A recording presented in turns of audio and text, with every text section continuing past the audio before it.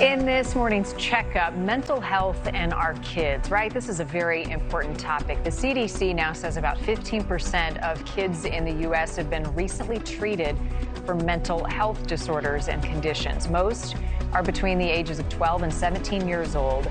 Data also shows boys were more likely than girls to have taken prescription medications to treat some of these issues.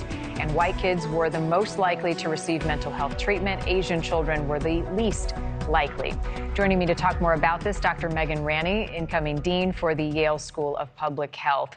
I'm glad that we're talking about this because it's important, and our kids were so greatly impacted by the pandemic. What's your reaction to some of these findings? Any surprises here? As a doctor and as a parent, I read this news and say, is this good news or bad news?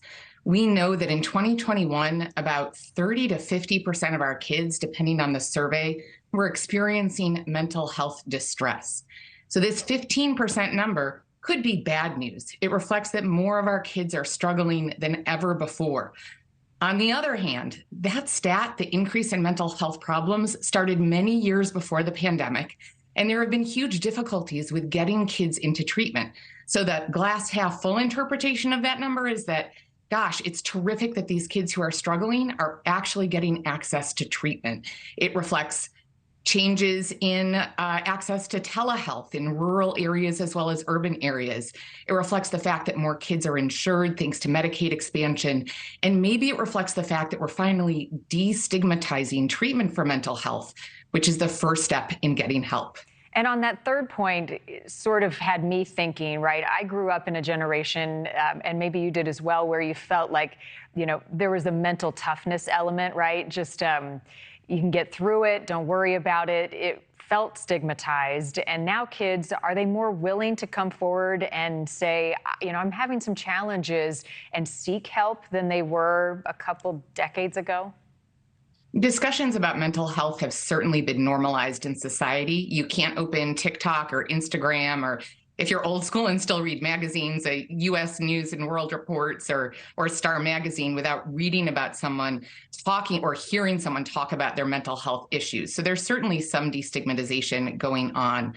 On the other hand, we find that some groups, boys, Asians, folks that self-identify as Black or African American, do still experience greater stigma and have lower rates of treatment than girls or white Americans. And I don't really know how to phrase this, but is there also a flip side to this, that kids right now, if they're struggling with school or with life at home or with a sport or whatever it might be, aren't capable of coping, right? They immediately think, I have anxiety or I have this or that to treat it, and don't have the necessary coping mechanisms to handle it. Am I making sense in that argument that we turn to a reason why quicker? You know, it's a two-edged sword. On the one hand, yes, I think that children are more likely to label their symptoms as anxiety or OCD or depression or post-traumatic stress. I don't think that's a bad thing. I think that that's a way for them to get help and to learn coping skills. We have, however, seen a real breakdown in those community structures that help support kids in turning into resilient adults. We also have, of course, a society that's gone through this huge upheaval over the past 3 years with COVID, with increased attention to structural racism, with climate change and these recent wildfires. The kids really are experiencing greater stressors than ever before and have fewer social supports. So I think it's both calling attention to the fact that we need to provide our kids with more resources, and again, maybe it's not a bad thing to call it a mental health problem and then to get those resources to help them move their way through and become terrific, productive, healthy adults. Yeah, and as a parent of 3 teens now, I'm sympathetic to things that they're going through that we never did. So I appreciate you making that point. I want to get your thoughts, Dr. Ranney, on the death of the 3-time Olympic medalist, Tori Bowie. This was tragic news. She died in May from complications of childbirth, and research shows Black women are 3 times more likely to die from a pregnancy-related cause compared to white women. Why is that? What do we know about the research?